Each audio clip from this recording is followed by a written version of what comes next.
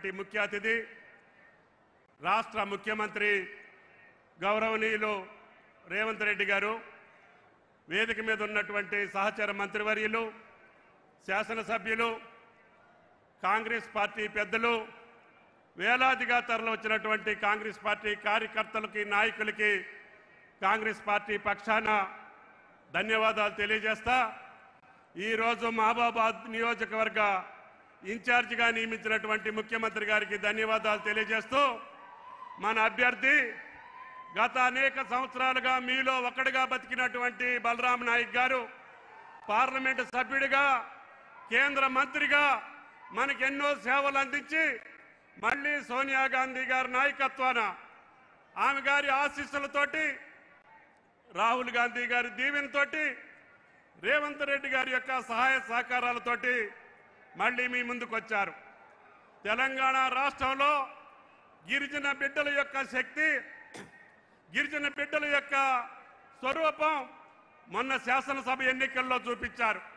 మన గిరిజనులు ఎక్కడుంటే అక్కడ 3 వన్నెల జెండాని కాంగ్రెస్ పార్టీని గెలిపించి సాక్షాత్తు తెలంగాణలో కాంగ్రెస్ ప్రభుత్వాన్ని తెచ్చినటువంటి ఘనత ఈనాడు తెలంగాణ గిరిజన బిడ్డలది అని చెప్పి మీకు ఈ సందర్భంగా మనం చేస్తున్నాం.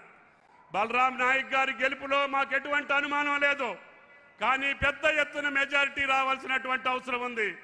ఈ ఎన్నిక కాంగ్రెస్ పార్టీ యొక్క శక్తిని, తెలంగాణ ప్రభుత్వం యొక్క సంక్షేమ కార్యక్రమాల్ని, రేవంత్ రెడ్డి గారి యొక్క పరిపాలనా దృశ్యాన్ని భారతదేశానికి 120 రోజుల్లోనే చెప్పగలిగినటువంటి ముఖ్యమంత్రి మన ముఖ్యమంత్రి రేవంత్ రెడ్డి గారు. ఎప్పుడో గుజరాత్ మోడలో, ఆ మోడలో, ఈ మోడలో అని చెప్పుకున్నటువంటి భారతదేశం 100 రోజుల తెలంగాణ పరిపాలనని మా రాష్ట్రానికి తెలంగాణ మోడల్ కావాలి, మా రాష్ట్రానికి తెలంగాణ మోడల్ కావాలని కోరుకుంటుంది. అంటే అది ముఖ్యమంత్రి గారి యొక్క సమర్థత, ముఖ్యమంత్రి గారి యొక్క దూరదృష్టి, ముఖ్యమంత్రి గారి యొక్క పట్టుదల అని చెప్పి మీకు ఈ సందర్భంగా మనం చేస్తున్నాం. వాళ్ళు అనుకున్నారు ఒకవేళ అధికారంలోకి వచ్చినా మనం చేసినటువంటి అప్పులు తీర్చలేరు, మనం విధ్వంసం చేసినటువంటి విద్యుత్ శక్తి వ్యవస్థని తీర్చిదిద్దలేరు, మనం ఇచ్చినటువంటి లోపభూయిష్టమైనటువంటి పరిపాలనని సరిదిద్దలేరు. కాబట్టి వాళ్ళు త్వరగానే ఫెయిల్ అయిపోతారు, మనం వచ్చేస్తామని చెప్పి గోతిగాడ నక్కలాగా కాపలా కాసుకొని ఉన్నారు. ఒకళ్ళు 3 నెలలు అంటాడు, ఒకడు 6 నెలలు అంటాడు. మీరు ఆ గోతిలో పడక తప్పదు, ఆ నక్కలు బయటికి రావు అని చెప్పి కూడా మీకు ఈ సందర్భంగా మనం చేస్తున్నాం. కాబట్టి తెలంగాణలో 15 సీట్లు పైచిలకే తెలంగాణ ప్రభుత్వం ఆధ్వర్యంలో రేవంత్ రెడ్డి గారి నాయకత్వాన కాంగ్రెస్ పార్టీ గెలుచుకొని భారతదేశంలో తెలంగాణ రాష్ట్రాన్ని అగ్రగామిగా నిలిపేటటువంటి బాధ్యత రేవంత్ రెడ్డి గారి ప్రభుత్వం తీసుకుంది.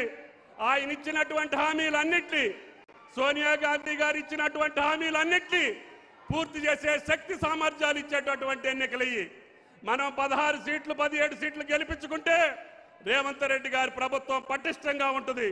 రేవంత్ రెడ్డి గారి పరిపాలన దేశానికి, భారతదేశంలో వన్నె తెచ్చేటటువంటి పరిపాలన. తద్వారా కాంగ్రెస్ పార్టీకి జవసత్వాలు వస్తాయి.